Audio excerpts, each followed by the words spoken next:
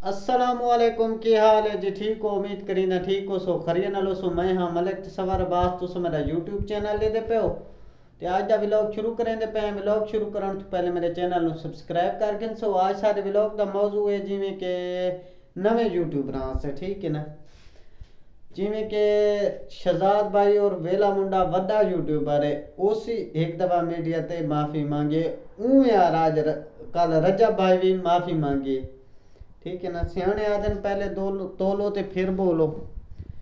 जेडे तुसा नवे यूट्यूबर वे ना आजकल थानू सब तो ज्यादा खास ये ख्याल रखना चाहिए कि व्लॉग अपलोड करने तो पहले वीडियो चेक जरूर करो। देखा वीडियो दे विच असां की आखा है या वीडियो दे विच किस किस्म की वीडियो बनाई है, ठीक है ना।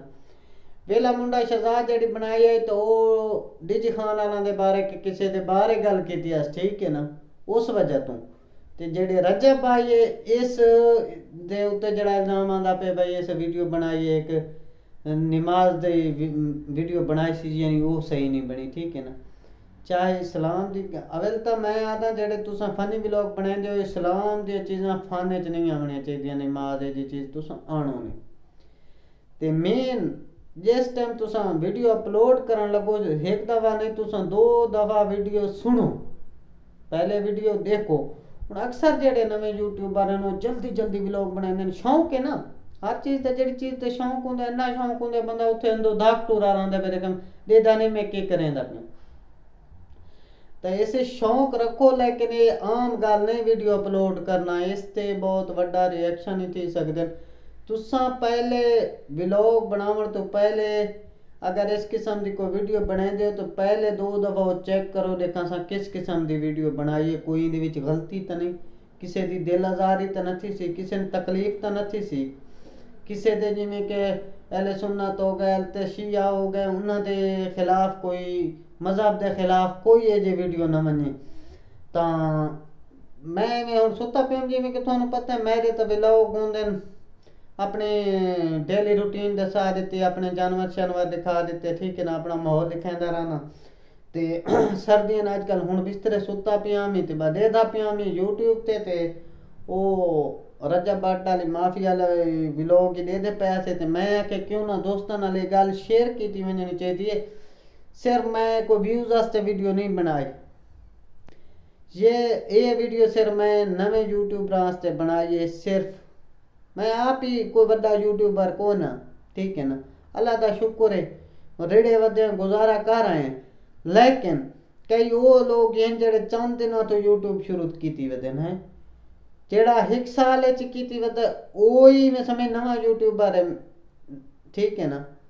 कई साल लग वेंदे ते कई वो लोग हैं जेडे चंद दिन वायरल हो गए, लेकिन उन्होंने असल चीज़ों का पता को नहीं भाई यूट्यूब ते असां काम करेंदे पे यूट्यूब दे विच केड़ियां बंदा परेशानी च आ सकता है, ठीक है ना।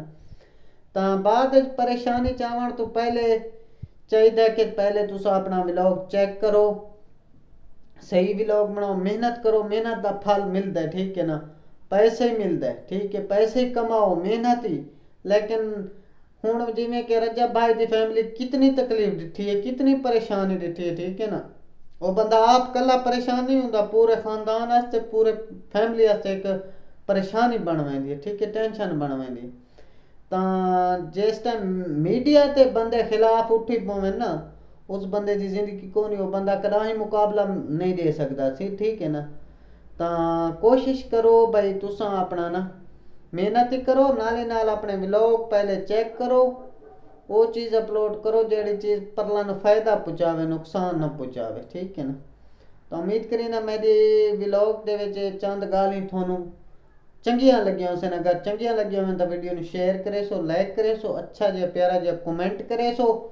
ते व्लॉग अज मैं पहले अपलोड कर चुका, सिर्फ मेरा दिल आए व्यूवरां ताईं ये गल पहुँचावनी चाहिए अपने भरावां वास्ते। मेरे वास्ते वो भरा जेडे नवे यूट्यूबर हैं चाहण वाले अपने खुशी थी है जेडे अपने सिर्फ असां इलाके वालों की वीडियो देख के कामयाबी देख के अपने इलाके वालों की खुशी नहीं थी, साडे पाकिस्तान की, ठीक है ना, साडे मुल्क के जेडे नामवार यूट्यूबर हैं एक ना हैं पूरे मुल्क का नाम रोशन थी यार। चार आने कमाते हैं, अपनी इज्जत बनाते, सोहनिया गड्डियां फिरते, सोहना घर बनाते, तो खुशी थी देख के कोई तकलीफ नहीं थी। ये है भाई कई लोग वो ही पेन जेह्ड़े जेलस होंदे लेकिन सानू इस गल की खुशी होंदी है तो अस आखदे हैं बच्चे साढ़े भरा अग्ग आवन ते तकलीफ परेशानी च कोई ना आवे। तो उम्मीद करीना ये व्लॉग थोनू पसंद आया उसी। कल इंशाअल्लाह नवे व्लॉग नाल मिलसूं। अल्लाह हाफिज। पाकिस्तान जिंदाबाद। Bye bye.